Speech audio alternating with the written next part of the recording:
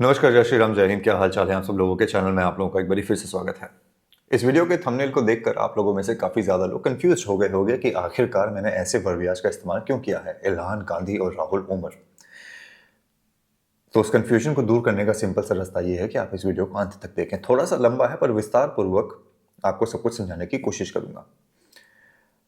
आपको ये बताने की कोशिश करूंगा कि इंटरकनेक्टिविटी कैसे काम करती है अलग अलग देशों में अलग अलग लोगों के द्वारा।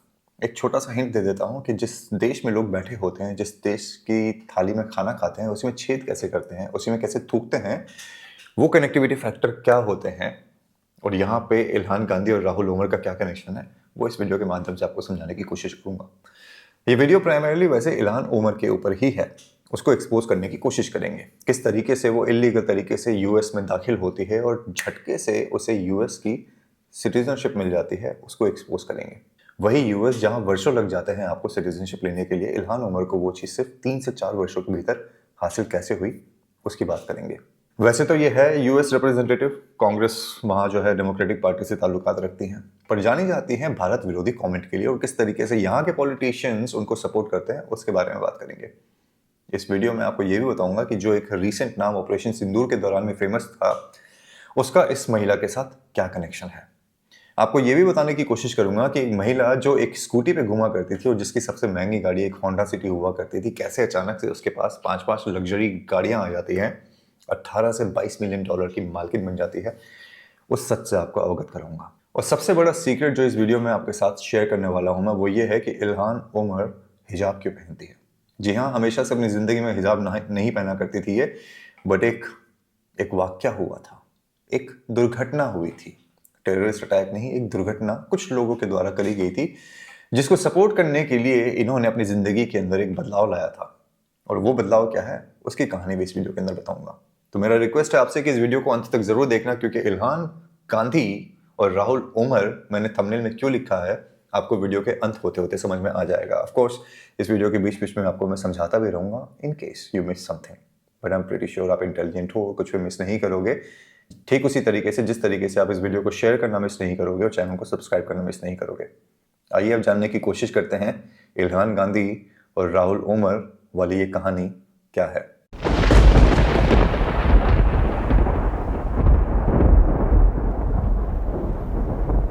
इल्हान उमर को समझने के लिए आपको इल्हान उमर के इतिहास में जाना पड़ेगा, उसकी कहानी को, बचपन से उसकी कहानी को समझना पड़ेगा।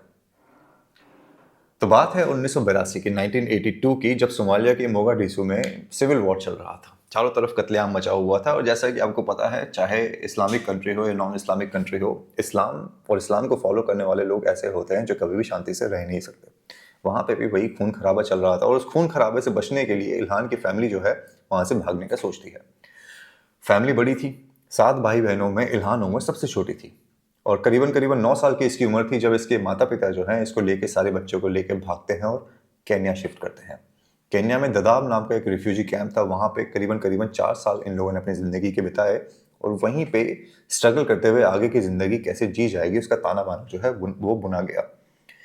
इलीगल तरीके से फिर ये लोग केन्या से भाग कर दाखिल होते हैं यूएस के अंदर। यूएस में सबसे पहले न्यूयॉर्क पहुंचते हैं। न्यूयॉर्क में कुछ समय बिताने के बाद आर्लिंगटन नाम का एक एरिया है, वहां पे इन्होंने अपना इनिशियल जो घर है वहां पे वो बसाया। आर्लिंगटन में कुछ समय बिताने के बाद इवेंचुअली परमानेंट बेस बनाया जाता है मिनियापोलिस में। मिनियापोलिस के अंदर घर लिया जाता है, और वहां पे इनके पिताजी जो हैं, जो भी काम धाम करना होता है उसको करने की शुरुआत करते हैं। सोमालिया से भागा हुआ परिवार गरीब था। सोमालिया से इलीगल तरीके से यूएस में आया हुआ परिवार एक रिफ्यूजी परिवार था। एक रिफ्यूजी परिवार को जब किसी के द्वारा शरण दी जाती है तो ऑब्वियसली एक्सपेक्टेशन यही रहती है कि आप वहां पे सिविल तरीके से रहोगे, पर सिविल इस्लाम के अंदर एग्जिस्ट नहीं करता है। तो मिनियापोलिस में जब इल्हान की फैमिली वहां पे शिफ्ट हुई थी तो इनकी उम्र थी करीबन करीबन 14 वर्ष के आसपास की। अभी तक कोई कंट्रोवर्सी ऐसा सच हुई नहीं थी। इल्हान लेकिन बचपन से शातिर थी, तेज थी। लोगों का फायदा कैसे उठाना है, अपनी जिंदगी को रंगीन कैसे बनाना है, उसमें बिल्कुल परिपक्व थी। 3 महीने के भीतर अंग्रेजी बोलना सीख लेती है। और इसके दादाजी वहां पे जो काम किया करते थे, दादाजी के लिए बेसिकली ट्रांसलेटर का काम करना शुरू कर दिया था इसने। कंट्रोवर्सीज, जैसे मैंने कहा, अभी तक 14 वर्ष की उम्र तक कोई कंट्रोवर्सीज उत्पन्न होनी शुरू नहीं हुई थी, बट कंट्रोवर्सीज शुरू होने वाली थी। 1982 में जो लड़की पैदा हुई थी, साल 2000 में यानी 18 वर्ष की उम्र में उसे यूएस की सिटीजनशिप मिल जाती है। वो भी तब जब उसने यूएस में सिर्फ 4 साल बिताए थे। कैसे? मैं बताता हूँ। आरोप ये लगाए गए हैं और खंडन कई बार किया गया है, और अगर आप गूगल पे सर्च करोगे तो बताया जाएगा कि ये खबर गलत है, पर यह खबर गलत नहीं है। इस लड़की ने यूएस सिटीजनशिप पाने के लिए इमिग्रेशन लॉज को बाईपास करने के लिए एक खेला रचा। खेला ये कि इसने अपने बायोलॉजिकल ब्रदर से यानी भाई से शादी करी, और शादी करने के बाद इसको यूएस सिटीजनशिप मिल जाती है। अब ये कैलकुलेशन किस तरीके से की गई और किस तरीके से बाईपास किया गया, इसके बारे में ज़्यादा डिटेलिंग नहीं है। हालांकि डोनाल्ड ट्रंप ने भी डिपार्टमेंट ऑफ जस्टिस को ये कहा था कि आप इसकी इंक्वायरी करें, क्योंकि इसने यूएस लॉज को धोखा दिया है और ये इलीगल है आज भी। पर Donald Trump as it is काफ़ी कुछ कहते हैं, तो लोग उनकी बातों पर यकीन नहीं करना चाहते। अब चक्कर ये है कि डोनाल्ड ट्रंप इतना झूठ बोल चुके हैं कि उनकी सच के ऊपर भी कोई यकीन नहीं करना चाहता है। पर मैं आपसे एक सिंपल सा सवाल पूछना चाहता हूं कि क्या आपने इस्लामिक लोगों के अंदर ये कहानियां नहीं सुनी है कि अगर पति मर गया है तो ससुर के साथ हलाला कर दिया जाए, या फिर दूसरे पति के साथ, दूसरे भाई के साथ शादी करा दी जाए? तो इस बात से क्या आप कनेक्टिविटी आपको नहीं लगती कि अपना फायदा पाने के लिए बायोलॉजिकल ब्रदर से शादी करी जा सकती है? दिस इज द ट्रूथ, और इस ट्रूथ को कोई भी डिनाई नहीं कर सकता, चाहे आप कितना भी इसका खंडन करने की कोशिश करें। शादी वादी हो चुकी थी। शादी के बाद समय थोड़ा और आगे बढ़ता है और साल आ जाता है 2011। 2011 में नॉर्थ डकोटा स्टेट यूनिवर्सिटी में इन्होंने एंटर किया और वहाँ से पॉलिटिकल साइंस और इंटरनेशनल स्टडीज़ के अंदर इन्होंने ग्रेजुएशन पूरी करी। और इस स्टडी का इन्होंने कैसे फ़ायदा उठाया वो आपको वीडियो में आगे पता चल जाएगा। खैर, ग्रेजुएशन करने के बाद यूनिवर्सिटी ऑफ मिनेसोटा में वहाँ पे एज अ एजुकेशन कोऑर्डिनेटर के तौर पे काम करना शुरू कर दिया। ये वही प्रोफाइल्स होते हैं जहाँ पे फ्यूचर स्टूडेंट्स को और फ्यूचर जनरेशन को इम्पैक्ट किया जाता है, उनका ब्रेन वॉश किया जाता है। इल्हान उमर यूनिवर्सिटी लेवल से ऑलरेडी इस काम को करना शुरू कर चुकी थी। आपने कई बार नोटिस किया होगा, कई वीडियोस आपने हिंदुस्तान में भी देखे होंगे जहाँ पे इन लोगों के द्वारा, इस्लामिस्ट के द्वारा ये कहा गया है कि ऐसे ऐसे प्रोफाइल्स पे लोगों को पहुंचाना शुरू करो, आईएएस बनाओ, आईपीएस बनाओ, डिप्टी कलेक्टर बनाओ, डीएम बनाओ, जज बनाओ, पॉलिटिशियन बनाओ, लीडर बनाओ, जहां से पॉलिसीज को डिक्टेट किया जा सके। इल्हान उमर फ्यूचर बच्चों के साथ यही करने की कोशिश कर रही थी, जो नेक्स्ट जेन जी थी उसको इन्फ्लुएंस करने की कोशिश कर रही थी। समय धीरे धीरे और बीतता है और ये अपने आप को as a political leader, as an analyst, advocate इस तरीके से एस्टैब्लिश करने में लगी हुई थी। इसी दौरान में 2016 के आसपास में मिनेसोटा हाउस के लिए जो वहाँ पे लोकल इलेक्शंस होते हैं, उसके लिए इन्होंने अपना फॉर्म भरा। हालांकि उस समय ये जीत नहीं पाई, पर इन्होंने फॉर्म भरा और वहाँ पे अपने आप को, जैसे मैंने कहा, अपने आप को एस्टैब्लिश कर चुकी थी as a political analyst, as a advocate, as humanitarian. अब वो ह्यूमैनिटेरियन वाला एंगल जो है, किस तरीके से यूएस के अगेंस्ट में काम करने वाला था, वो आपको वीडियो में आगे बताता हूँ। हाउस ऑफ मिनेसोटा के लिए जो ये इलेक्शन लड़ रही थी, सबसे पहले आरोप वहीं से लगने शुरू हो जाते हैं। अब कोई ये सोचे कि कंट्रोवर्सी फ्री एक इंसान के ऊपर अगर पहले ही इलेक्शन में आरोप लगने लगे तो ऑब्वियसली कुछ तो गड़बड़ है दया। तो आरोप लगने ये शुरू होते हैं और ओपनली ये कहा जाता है, बताया जाता है लोगों के द्वारा कि इनको फंड किया जा रहा है इस्लामिक ग्रुप्स के द्वारा। इनको अलग अलग इस्लामिस्ट ग्रुप्स के द्वारा पैसा भेजा जा रहा है और इनको प्रमोट किया जा रहा है। इनकी पीआर के ऊपर बहुत तगड़े तरीके से काम किया जा रहा है। ये भी बताया गया कि टर्की की जो रूलिंग पार्टी थी उस समय, आज भी है, उनके द्वारा इनको ओपनली बैक किया गया था। और उनके द्वारा जो कैंपेन रन किए गए थे उसके बारे में विस्तारपूर्वक का वीडियो में आगे बताऊंगा मैं। पर आपके लिए यहाँ पे ये जानना जरूरी है कि पूरा का पूरा फंड जो है, पूरा का पूरा पैसा जो है इलेक्शन लड़ने के लिए, वो इस्लामिक ग्रुप्स जो थे, जिहादी ग्रुप्स जो थे, टेररिस्ट सेल्स जो थे, उनके माध्यम से पैसा आया था। और टर्की ने एक बहुत इंपॉर्टेंट रोल प्ले किया था इल्हान उमर की जिंदगी में पॉलिटिकल करियर को आगे बढ़ाने के लिए। ये सारी चीजें चल रही थी और 2018 में हाउस ऑफ रिप्रेजेंटेटिव का मिनेसोटा का इलेक्शन फिर से आता है। अब इल्हान उमर फिर से फॉर्म भरती है। अब दिक्कत ये थी कि जीता कैसे जाए। जीतने के लिए आपको काफ़ी कैंपेनिंग करनी पड़ती है, आपकी पीआर काफ़ी स्ट्रांग होनी चाहिए। मैंने आपको वीडियो के स्टार्टिंग में कहा था कि एक नाम जो ऑपरेशन सिंदूर के दौरान काफ़ी फेमस रहा था हिंदुस्तान में, उसने इसके अंदर एक बहुत इंपॉर्टेंट रोल प्ले किया था। वो नाम है टर्की का president Erdogan, if I am pronouncing that stupid name correctly. Erdogan से इसकी पर्सनल मुलाकात होती है यूएस के अंदर। उस समय टर्की का ये इंसान वहाँ पे यूएस गया हुआ था, पर्सनली इससे मिलता है और इसे एश्योर करता है कि आपको जितनी भी फंडिंग चाहिए, जो भी हेल्प चाहिए, हम आपको प्रोवाइड कराएंगे। आखिरकार एक लड़की जो सोमालिया से आई थी, इलीगल तरीके से यूएस में रह रही थी, टर्की के एक इस्लामिक इंसान का उस लड़की से क्या लेना देना? मजहब। ये एक ऐसी यूनिटी है जो आप, यानी कि हिंदू, कभी भी अचीव न कर पाए हो, न कर पाओगे, और ये आपके जीवन का सत्य है। बहरहाल अर्दोगान इसे प्रॉमिस करते हैं कि we will provide you everything. Erdogan ने बड़े बड़े न्यूज़ चैनल्स को पैसा दिया, बड़े बड़े मैगजीन्स में इनके इंटरव्यूज छपे, पूरी पीआर स्ट्रैटेजी तैयार करी गई। हर इंसान का हर पॉलिटिकल एजेंडा किस तरीके से काम करता है ये आप सभी को पता है। हर कंट्री में दूसरी कंट्रीज के चमचे बैठे हुए होते हैं, जैसे आपके हिंदुस्तान के अंदर भी हैं।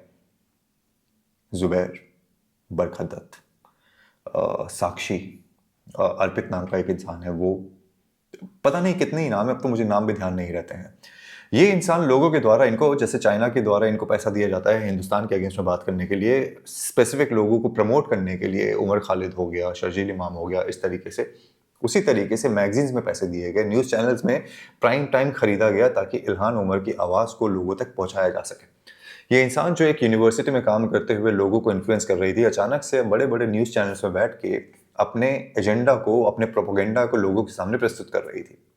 हालांकि धीरे धीरे लोगों को इसकी वास्तविकता पता चलने लगी थी और मुस्लिम लोग ही इसकी सच्चाई को पहचान चुके थे, पर तब तक वो सिचुएशन आते आते काफी लेट हो चुकी थी। अब चक्कर ये है कि इलेक्शन तो जीत जाती है, इलेक्शन जीतने के बाद हाउस में पहुंच भी जाती है, और कहा यह जाता है कि इनका जो इलेक्शन जीता था इन्होंने, she was one of the only 2 women still date, African American woman, एक इमिग्रेंट बेसिकली, जो इलेक्शन जीती थी, और इकलौती महिला जो हिजाब पहनती थी और पहनती है। अब हिजाब की कहानी मैंने आपको वीडियो के स्टार्टिंग में कहा था बताऊंगा, तो ये वो समय है जब मैं आपको इनके हिजाब की कहानी बताऊं।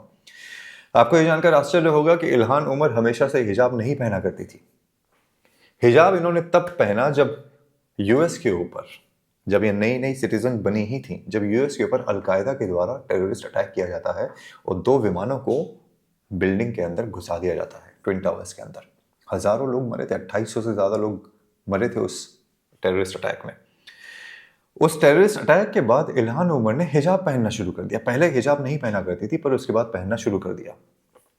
और कयास ये लगाए जा रहे थे बेसिकली कि इनका इंटेंशन ये था कि चूंकि अब इस्लामिक लोगों ने अटैक किया है, मुसलमानों का नाम आया है उसके अंदर, तो यूएस के अंदर मुस्लिम्स के साथ डिस्क्रिमिनेशन किया जाएगा, उनकी ज़िंदगी जो है परेशानियों में घिर जाएगी, उनके सिविल राइट्स को वायलेट किया जाएगा।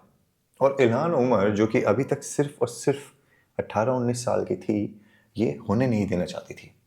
तो मुस्लिम सॉलिडारिटी के लिए उन्होंने हिजाब पहनना शुरू किया। बेसिकली इनडायरेक्टली देखा जाए तो किसी भी तरीके से 9/11 के अटैक को इन्होंने आज तक कंडेम नहीं किया है, ना ही टेररिस्ट शब्द का इस्तेमाल किया है, पर उनको सॉलिडारिटी दिखाने के लिए हिजाब पहनना शुरू कर देती है। ये मानसिकता दिखाता है इस्लामिक लोगों की कि हर अटैक के अंदर ऐसा नहीं है कि सिर्फ और कोई रिलीजन वाले अटैक कहीं नहीं, वाइट सुपरमेसिस्ट वाले भी अटैक करते हैं, बट जितने भी टेररिस्ट अटैक में मुसलमानों का नाम आया है, आप मुझे एक मुसलमान निकाल के दिखा दो जो ये कहे कि हाँ दिस वाज रॉन्ग, ये इस्लामिक इंसान ने किया है। वो सीधे यही कहते हैं, ये मुस्लिम नहीं है, ये मुस्लिम नहीं है। सीधा इस तरीके के शब्दावली का इस्तेमाल करके आपको डाइवर्ट करने की कोशिश करी जाती है। अब 9/11 का जो ये अटैक था उसकी और भी कंट्रोवर्सी है, पर इसी दौरान जब इल्हान उमर, जैसे मैंने कहा, अभी पॉलिटिक्स में सही तरीके से आई भी नहीं थी, इनकी ज़िंदगी में बदलाव आने शुरू हो जाते हैं और कंट्रोवर्सीज एंटर करना शुरू कर जाती है। पॉलिटिक्स में इन्होंने काम करना शुरू कर दिया था as a analyst, as a activist and all those kind of things. और उस समय ये पहले स्कूटी पे घुमा करती थी और एक होंडा सिटी पे घुमा करती थी।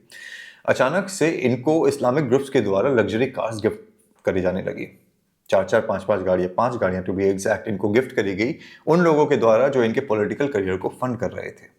इन्हीं लोगों के द्वारा इनको पैसा दिया गया और अचानक से सोमालिया से आई हुई एक गरीब लड़की 18 से 22 मिलियन डॉलर की मालिक बन जाती है, जो कि आज के दौर में इसकी वैल्यू है, जो कि लीगल तरीके से बताई जाती है। और कितना पैसा छुपा हुआ है उसके बारे में कोई जानकारी नहीं है।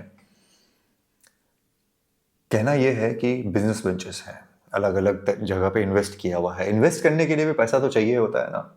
हम यहाँ पे 5 साल से आपके साथ यूट्यूब पे बात कर रहे हैं, पर इतना पैसा नहीं कमा पाए कि कहीं पे इन्वेस्ट कर सके। पर ये इंसान सोमालिया से भागकर इल्लीगल तरीके से अपने भाई के साथ शादी करके उसके साथ हम बिस्तर होके अपने करियर को आगे बढ़ाती है, पर ये पैसा इन्वेस्ट करके 22 मिलियन डॉलर की मालिक बन जाती है।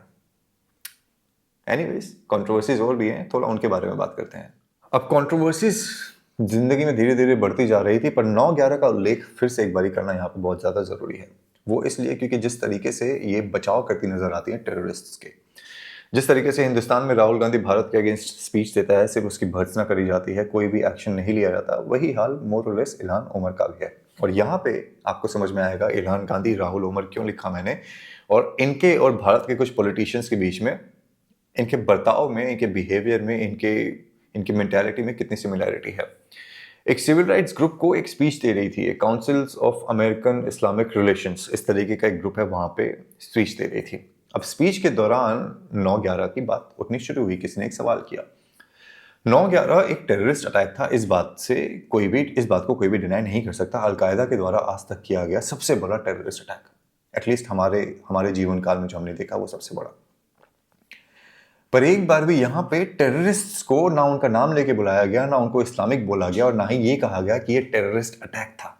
ये कहा गया कि unfortunate incident, an accident, an incident, इस तरीके की शब्दावली का इस्तेमाल किया गया। टेररिस्ट को रिस्पेक्ट दी जा रही थी, उसी तरीके से जिस तरीके से हमारे यहाँ पे ओसामा जी कहा जाता है। पाकिस्तान में जाके हिंदुस्तान में डेमोक्रेसी लानी है, मोदी को हटाना है, तो हमें आपकी मदद चाहिए, इस तरीके के बयान दिए जाते हैं। नरेंद्र सरेंडर कहा जाता है, ये वही मानसिकता है। और यहाँ पे इल्हान उमर की वास्तविकता लोगों को पता चल रही थी कि ये महिला कितनी गिरी हुई है कि जिस टेररिस्ट अटैक में निर्दोष लोगों को मारा गया, उसकी भर्त्सना करने की हिम्मत भी इसके अंदर नहीं थी। जिस तरीके से फैक्ट्स को तोड़ मरोड़ के झूठ के तौर पे प्रस्तुत किया जाता है और आप इन्फ्लुएंस हो जाते हो राहुल गांधी और सो कॉल्ड पॉलिटिशियंस के द्वारा, उसी तरीके से इल्हान उमर ने इस स्पीच में किया। उन्होंने इस स्पीच में ये कहा कि CAIR यानी council on American Islamic relations जो है, उसको एस्टैब्लिश किया गया था 9/11 के बाद। वो इसलिए कि नागरिकों की क्या कहते हैं, भावनाओं को ठेस पहुंचेगी, उनकी स्वतंत्रता के ऊपर अटैक होने वाला होगा, इसलिए उसको एस्टैब्लिश किया गया। और एक हड़कंप सा मचा हुआ था US में, मुसलमानों के ऊपर ज्यादती होने वाली थी। वहां पे उस स्पीच में इनसे सवाल किया गया कि आखिरकार आप क्यों नहीं कह रही कि ये टेररिस्ट अटैक था, आखिरकार आप उनका बचाव क्यों कर रही हैं। तो ये उसका भी टाल मटोल करके जवाब देती है। अब चक्कर ये है कि एक फैक्ट चेकिंग करेगी, जुबैर के द्वारा नहीं, इन जनरल एक फैक्ट चेकिंग करेगी कि CAIR एस्टैब्लिश कब किया गया था। तो इल्हान उमर के मुंह पे ऐसा जूता मारा गया फैक्ट का, जिसको सुनकर आपको हंसी आ जाएगी। ये इल्हान उमर जो कह रही थी कि 9/11 के बाद इसको एस्टैब्लिश किया गया था CAIR को, CAIR एक्चुअली 1994 में एस्टैब्लिश किया जा चुका था। अब इस फैक्ट चेकिंग के बाद इल्हान उमर की जो स्पोक्स पर्सन है, उन्होंने कवर अप करने की कोशिश करी। एक स्टेटमेंट बाहर आया कि वो भावनाओं में बह गई थी, उनका इंटेंशन गलत बोलने का, गलत इन्फॉर्मेशन देने का नहीं था। It was all the emotions were running so high that it just came out of her mouth. But ये पहला ऐसा मौका नहीं था जहां पे इल्हान उमर की नफरत भरी पर्सनालिटी को लोगों ने रिकॉग्नाइज करना शुरू किया हो। और ये एक ऐसी महिला थी जो खुद मुसलमान होते हुए भी दूसरी हिजाब पहनने वाली महिलाओं के ऊपर अटैक करती थी। इसका दोगलापन किस तरीके से लोगों के सामने एक्सपोज हो रहा था, उसके बारे में बताता हूँ आपको। एक कॉन्फ्रेंस हो रही थी जहाँ पे इल्हान उमर, जिसने 9/11 के बाद हिजाब पहनना शुरू कर दिया था और अपने आप को मुसलमानों की मसीहा बताती थी, उससे हिजाब पहनी हुई एक महिला ने एक कॉन्फ्रेंस के अंदर एक सवाल पूछा। और सवाल बहुत जेन्युइन था, एक बहुत सीरियस टॉपिक के ऊपर था, फीमेल जेनिटल म्यूटिलेशन। मुझे नहीं पता आप लोगों में से कितने लोगों ने इसका नाम सुना है, पर बेसिकली हिंदी में इसका अनुवाद होता है लड़कियों का खतना। और वो खतना अनस्टेराइल जो इंस्ट्रूमेंट्स होते हैं उससे किया जाता है, जलती हुई चीज़ों से किया जाता है, जलती हुई रॉड्स से किया जाता है। उस तरीके से लड़कियों के गुप्तांगों का खतना किया जाता है। इसके बारे में एक वीडियो पहले बना चुका हूँ मैं, लॉन्ग टाइम बैक मैंने इसके बारे में बात करी थी। हालांकि यूट्यूब के द्वारा इसको हटा दिया गया था because the subject was very gruesome. Anyways, तो एक लड़की के द्वारा, हिजाब पहने हुई लड़की के द्वारा, चूंकि इल्हान अपने आप को महिलाओं की मसीहा बताती थी, मुसलमानों की जीसस क्राइस्ट थी वो बेसिकली, उससे पूछा कि आप इसके बारे में क्या सोचते हो। तो इल्हान उमर ने उस लड़की को डांटना शुरू कर दिया, उसको फटकार लगाते हुए उसको कहती है कि मुझसे आप ये फालतू के सवाल ना करें, this line of questioning is very disgusting and you should not be asking me this.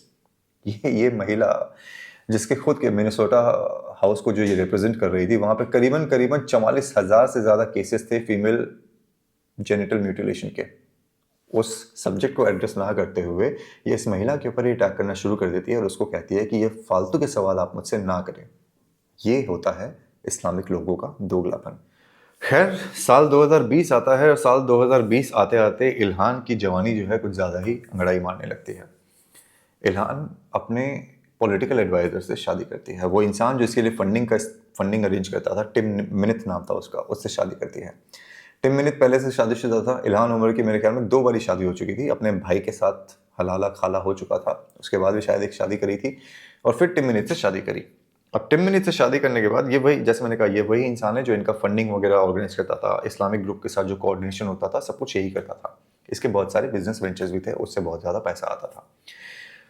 अब शादी जैसी हो जाती है, उसके बाद चीज़ें थोड़ी और खुलनी शुरू होती है। टिम मिनिथ के ऊपर लोगों की पैनी नज़र आ चुकी थी और ये खुलासा होने लगता है कि ये इस्लामिक और इलीगल माध्यम से ये पैसा ले रहा है और उस पैसे का इस्तेमाल किया जा रहा है इल्हान उमर के करियर को आगे बढ़ाने के लिए। मैंने आपको वीडियो के स्टार्टिंग में कहा था कि जिस तरीके से बराक ओबामा को प्रेसिडेंट बनाया गया था, उसी तरीके से तैयारी चल रही है इल्हान उमर को यूएस का प्रेसिडेंट बनाने की, और ये होगा भी। अगर आप सोच रहे हो ऐसा नहीं होगा, तो ऐसा होगा। और यही वो तरीका है जहाँ पे इस्लामिक ग्रुप्स के द्वारा बड़े बड़े प्रोफाइल्स पे लोगों को सेट किया जाता है ताकि एक कंट्री का डेमोग्राफी जो है उसको चेंज किया जा सके।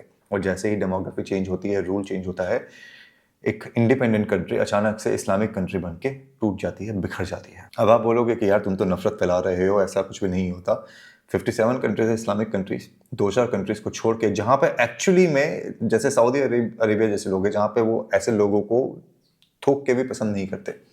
आप मुझे कोई ऐसी कंट्री का नाम बता दीजिए जो इस समय सिविल वॉर में नहीं है या फिर जो महिलाओं के ऊपर अत्याचार नहीं कर रही। ये वही सिनारियो है जहाँ पे ईरान में रहते हुए कहेंगे कि हमें हिजाब से, हमें बुर्के से आज़ादी चाहिए, पर दूसरी कंट्री में जाके यही हिजाब, यही बुर्का इनको पहनना होता है, और इसे कहते हैं हिपोक्रेसी।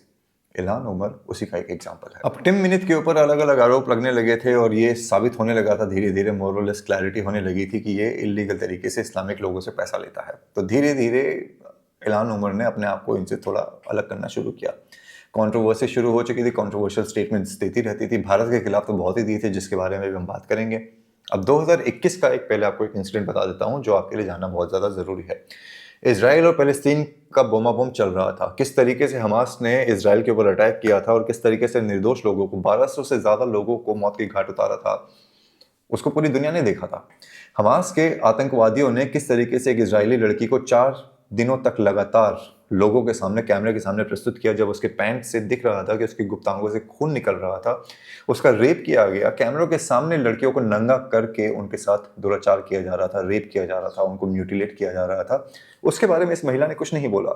इसने बल्कि हमास को सपोर्ट किया, इसने पैलेस्तीन को सपोर्ट किया, और इसने जो इजराइल का जो प्रेसिडेंट है, प्राइम मिनिस्टर नेतन्याहू, उसके अगेंस्ट में बात करी कि पूरी की पूरी दुनिया, यूएस के कुछ लोगों को टारगेट किया इसने, पॉलिटिशियंस को। ये कहा कि ये सारे के सारे बिके हुए हैं नेतन्याहू से पैसा लेके। एक महिला जो ये स्टैंड नहीं ले पाई कि हमास एक टेररिस्ट ऑर्गेनाइजेशन जिसने इजराइल के ऊपर अटैक किया, इजराइल ने पलट के उनको मारने की कोशिश करी।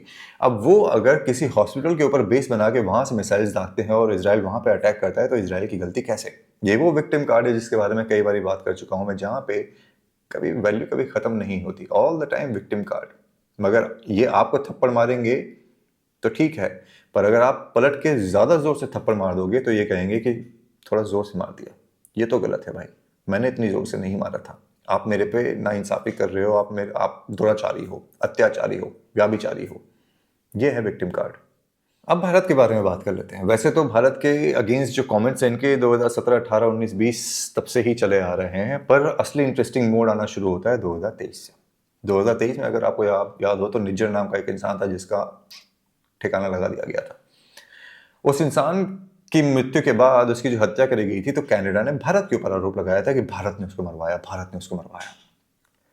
तो इल्हान उमर जो है यूएस के अंदर बैठ के यूएस के हाउस से कह रही थी कि Bharat is a state of concern, India is a state of concern, और यूएस को कनाडा का साथ देना चाहिए क्योंकि भारत इस मर्डर में लिप्त है, वो इस मर्डर में डेफिनेटली इन्वॉल्व है, और हमें इसकी भर्त्सना करनी चाहिए और हमें कनाडा का साथ देना चाहिए इस चीज़ को फाइंड आउट करने में कि क्या भारत ने हरदीप सिंह निज्जर की हत्या करवाई।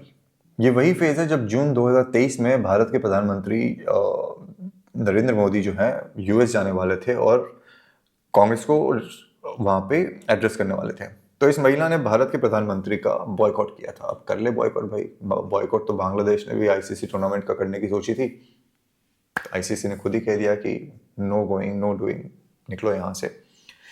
पर ये बेसिकली आपको इस चीज से अवगत कराता है कि है ये यूएस की रिप्रेजेंटेटिव, पर भारत में क्या चल रहा है उसके बारे में इनको ज्यादा इंटरेस्ट है। 2023 का ये जो सिनारियो हुआ था उसके पहले 2022 में इस चीज की बेस जो है ये बैठा चुकी थी। India is a concern state, ऐसा बोलते हुए एक रेजोल्यूशन पास करने की कोशिश करी थी, एक रेजोल्यूशन लेके आई थी कि भारत के ऊपर नजर रखनी जरूरी है, भारत में जो माइनॉरिटीज के ऊपर अत्याचार हो रहे हैं, माइनॉरिटीज को परेशान किया जा रहा है, रिलीजियस फ्रीडम नहीं है, उसके अगेंस्ट में हमें एक्शन लेना जरूरी है, ऐसा इन्होंने रेजोल्यूशन लेके आई थी। वही भारत जहाँ पे सड़क पे बैठ के नमाज पढ़ ली जाती है, वही भारत जहाँ पे अगर आप एक शब्द भी किसी के उड़ते हुए इंसान के बारे में बोल दो तो सर तन से जुदा करने की धमकियां नहीं दी जाती, बल्कि सीधे सर तन से जुदा कर दिया जाता है। आप बोलोगे कि यार तो सिर्फ 2023 और 2022 के छोटे मोटे इंसिडेंट्स है, उसके अलावा इल्हान उमर ने किया क्या है? 2019 में अगर आपको ध्यान हो तो असम के अंदर एनआरसी रेगुलेट किया गया था। हिंदुस्तान के अंदर असम इकलौता स्टेट है जहाँ पे एनआरसी एग्जीक्यूटेड है, उसकी भी इसने भर्त्सना करी थी। कश्मीर से जब 370 हटाया गया था उसकी भी भर्त्सना करी थी। कश्मीर में 370 के हटने के बाद काफ़ी दिनों तक, लगभग 50 दिनों के आसपास में इंटरनेट को बंद करके रखा गया था ताकि पत्थरबाज जो हैं एक दूसरे से कम्युनिकेट ना कर सकें, अलगाववादी टेररिस्ट जो हैं एक दूसरे से बात ना कर सकें। तो इसने यूएस में बयान दिया था कि लोगों के ऊपर अत्याचार हो रहा है, इंटरनेट नहीं देख पा रहे, वो मेरा पॉन्ड नहीं देख पा रहे। Sorry for the language, but ऐसे महिलाओं के लिए कोई रिस्पेक्ट है नहीं मेरे मन में।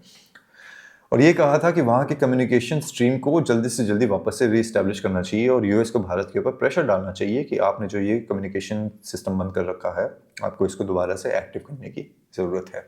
ये कहा था कि असम में एनआरसी के द्वारा जो मुसलमान हैं उनको बाहर फेंकने की तैयारी करी जा रही है। आपको ये जानकर आश्चर्य होगा कि असम में एनआरसी और सीए वगैरह की एक्टिविटीज़ और एसआईआर वगैरह की जो भी एक्टिविटीज़ हुई वहाँ पे, उसमें मुसलमान ज़्यादा नहीं पाए गए थे इलीगल, उसमें हिंदू ज़्यादा इलीगल पाए गए थे। 40 लाख के आसपास का डेटा है। अब उन 40 लाख लोगों के साथ क्या किया गया, आप आसानी से चीज़ों को समझ सकते हो। बट एनीवेज, यहाँ पे ये तो एस्टेब्लिश हो गया अभी तक में कि ये भारत विरोधी इंसान है, लेकिन और क्या कर सकती थी इल्हान उमर? इल्हान उमर का नाम आप लोगों में से ज़्यादा लोगों को पता नहीं था। ये नाम फेमस हिंदुस्तान में तब हुआ जब राहुल गांधी भाई साहब जो है इनसे मिले थे यूएस में, जब गए थे ये, तो इनसे इन्होंने मुलाकात करी थी। अब एक अलगाववादी दूसरे अलगाववादी से ही तो मिलेगा, और राहुल गांधी एक देश के लिए एक ऐसा खतरा है जिसको आप रियलाइज नहीं कर पा रहे हो। खैर, राहुल गांधी इनसे मिलते हैं और यही वो रीज़न है, और इल्हान की जो एक्टिविटीज़ हैं उसी को मद्देनजर रखते हुए मैंने इल्हान गांधी और राहुल उमर को यहाँ पे इस्टेब्लिश किया है। अगर आपको कनेक्टिविटी ठीक लग रही है तो एक बारी चैट रूम में बाद में कमेंट में ज़रूर बताना। अब आप बोलोगे कि यार अभी भी भारत के खिलाफ ज़्यादा कुछ तो बोला नहीं, ये तो ह्यूमैनिटेरियन एक्टिविटीज़ करने की कोशिश कर रही है। तो ह्यूमैनिटेरियन एक्टिविटी एक यूएस रिप्रेजेंटेटिव कैसे करता है उसके बारे में बता देता हूँ। 2022 में ही मैडम गई थी पाकिस्तान में शहबाज शरीफ और इमरान खान से मिली। इमरान खान से और इनसे मिलने के बाद इनको लेके जाया गया पीओके, पाकिस्तान ऑक्यूपाइड कश्मीर। वैसे तो पूरा का पूरा कश्मीर हमारा ही है, पर वहाँ पे ये गई। वहाँ पे जाने के बाद कंट्रोवर्शियल बयान दिए और ये कहा कि कश्मीर की आज़ादी सबसे महत्वपूर्ण है, कश्मीर के लोग आज़ाद रहना चाहते हैं। तो भारत ने इसके ऊपर रिएक्शन दिया कि भाई तुम यूएस रिप्रेजेंटेटिव हो और पाकिस्तान ने गलती करी है किसी दूसरे देश के रिप्रेजेंटेटिव को वहाँ पर ले जाके, दिस इज़ नॉट राइट। और भारत ने ये भी कोशिश करी कि इसके ऊपर कोई इंक्वायरी हो, कुछ बात करने की कोशिश हो, पर ज़्यादा कुछ हुआ नहीं। अब उसके बाद पाकिस्तान के लोग ऐसे हैं, शहबाज शरीफ वगैरह जो लोग हैं, इन्होंने ये बयान दिया खुद से चला के कि हमने उसे कहा था ये बयान देने के लिए, किसी भी तरीके से शर्माए नहीं है। और इन्होंने इस बात का भी खुलासा किया कि हमने यहाँ पे आने जाना रहना खाना पीना सब कुछ जो है हमने पैसा लगाया था, हमने इल्हान उमर को यहाँ पे बुलाया है। ये उसी तरीके से जहाँ पे पैसा देके इन्फ्लुएंसर्स हायर किए जाते हैं, जिस तरीके से आपके फार्मर्स प्रोटेस्ट के दौरान पे हुए थे। आपके जो सेमी पॉर्न स्टार्स थे, मियाँ खलीफा जैसे लोग, वो फार्मर्स के बारे में बात कर रहे थे कि फार्मर्स खेती कैसे करेंगे। अब मियाँ खलीफा जिसकी खेती, कुछ बोलूँगा तो बोलोगे कि बोलता है, बट ऐसे लोग जिनकी खेती पूरी दुनिया कर चुकी है वो हमारे खेतों के बारे में बात कर रहे थे। Again, I do not want to be disrespecting यहाँ पे टुवर्ड्स अ फीमेल, बट जो जिस चीज़ को डिजर्व करता है इस चैनल पर बैठ के मैं उसके बारे में उसी भाषा का इस्तेमाल करता हूँ। Probably the reason why people hate me, but सच से मुंह नहीं मोड़ा जा सकता। तो इल्हान उमर के बारे में ये इस्टेब्लिश हो गया कि भाई ये तो यूएस की रिप्रेजेंटेटिव है, पर फिर भी हिंदुस्तान के अगेंस्ट में बोलती रहती है। अब सवाल यह है कि आखिरकार इल्हान उमर ऐसा कर क्यों रही है, आखिर ऐसी दोहरी मानसिकता क्यों है आखिर। तो आपको ये बता दूं कि जो डेमोक्रेटिक पार्टी है इनकी, उनका जो लेफ्ट विंग का जो ग्रुप है, उनके साथ इनकी ज़्यादा बनती है, उनके साथ ज़्यादा काम करती है। खुद जैसे इस्लामिक लोग करते हैं अपने आप को बेचारा व्यक्त करना, हमारे साथ अत्याचार हुआ है, हमें ऑप्रेस किया जा रहा है, हमारे साथ दोगलापन किया जा रहा है, हमें सिविल राइट्स हैं। अब जो बंदी सोमालिया से भागकर यूएस आई, इलीगल तरीके से सिटीजन बनी, इतना कुछ अचीव कर लिया, वो भी अभी तक कहती है कि मेरे साथ डिस्क्रिमिनेशन हो रहा है। कुछ लोगों की शक्ल देख के ही आपको लगता है कि इंसान कितना गंदा है, दरिंदा है, और इस महिला की शक्ल से मुझे वैसे ही फील आती है। अब दूसरी चीज लेकिन ये है कि मुस्लिम महिलाएं और मुस्लिम लोग इसकी वास्तविकता को समझने लगे, क्योंकि इसका जो दोगलापन था वो धीरे धीरे एक्सपोज हो रहा था। ऐसे तो ये हिजाब पहन के अपने आप को मुस्लिम दिखाती है, पर ये अबॉर्शन के राइट्स के बारे में बात करती है, जो कि इस्लाम में अलाउड नहीं है। आप अबॉर्शन नहीं करवा सकते हैं। अपने आप को लिबरल दिखाने की कोशिश करती है, बट गे मैरिजेस और ट्रांसजेंडर्स की मैरिजेस के हक की बात करती है। अगेन, इस्लाम में अलाउड नहीं है, क्योंकि इस्लाम के हिसाब से तो पहले तो मतलब क्या, आदम और ईव बाइबल के हिसाब से और इस्लाम के हिसाब से वैसे ही कुछ नाम है। तो एडम और स्टीव तो नहीं आए थे, एडम और ईव आए थे। तो जब इसने अपना ये दोगलापन दिखाना शुरू किया कि भैया ये तो क्या कहते हैं, अबॉर्शन के बारे में भी बात कर रही है, ट्रांसजेंडर्स की शादी के बारे में भी बात कर रही है, तो लोगों को इसकी असलियत समझ में आई थोड़ी सी। प्रॉब्लम लेकिन ये है कि असलियत कितनी भी समझ में आ जाए, उसके ऊपर एक्शन नहीं लिया जाता, जिस तरीके से राहुल गांधी के ऊपर हिंदुस्तान में एक्शन नहीं लिया जाता है। अब ये इल्हान उमर की मोर और लेस अभी तक की जिंदगी है। इस वीडियो में इल्हान उमर का कैरेक्टर जो मैंने आपको बताया है, उसको आप ध्यान में रखना, हिंदुस्तान में कुछ पॉलिटिशियंस जो है उनको उनके साथ एसोसिएट करके, और आप ये समझ जाओगे कि किस तरीके से, जैसे मैंने वीडियो के स्टार्टिंग में भी कहा, जिस थाली में खाया जाता है उसी में छेद किया जाता है, सिर्फ पैसे के लिए। ये एक एस्टैब्लिश्ड फैक्ट है। ज़्यादा मैं आपको एक्सप्लेनेशन देने की कोशिश नहीं करूंगा, क्योंकि वीडियो लंबा बना के आपको समझाने की कोशिश कर चुका हूं। तो आप इल्हान गांधी और राहुल उमर के बारे में क्या सोचते हैं, भारत के इन पॉलिटिशियंस के बारे में क्या सोचते हैं, जो कि वहीं थूक रहे हैं जहां खाते हैं, कमेंट करके ज़रूर बताना। और फिर से रिक्वेस्ट है, यहाँ तक आए हो चैनल को सब्सक्राइब करें, वीडियो को शेयर करें। मेहनत लगती है भाई कंटेंट को निकालने में, वीडियो बनाने में, सब कुछ करने में, और आपका सपोर्ट ही प्रेरित कर सकता है कि हम काम करते रहें। मुझे पता है आपको बॉलीवुड का कंटेंट ज़्यादा पसंद है, but this is what I love doing, content like this, and this is what I want people to know, the reality of people who are a danger to the society and India. Description box में member बनने का link भी, आप member बन के financially support कर सकते हैं। यहाँ तक समय देने के लिए धन्यवाद। इस वीडियो को आज यहीं पे समाप्त करता हूँ, अगले वीडियो में मिलूंगा। समय देने के लिए धन्यवाद। जय श्री राम, हर हर महादेव। ध्यान रखना।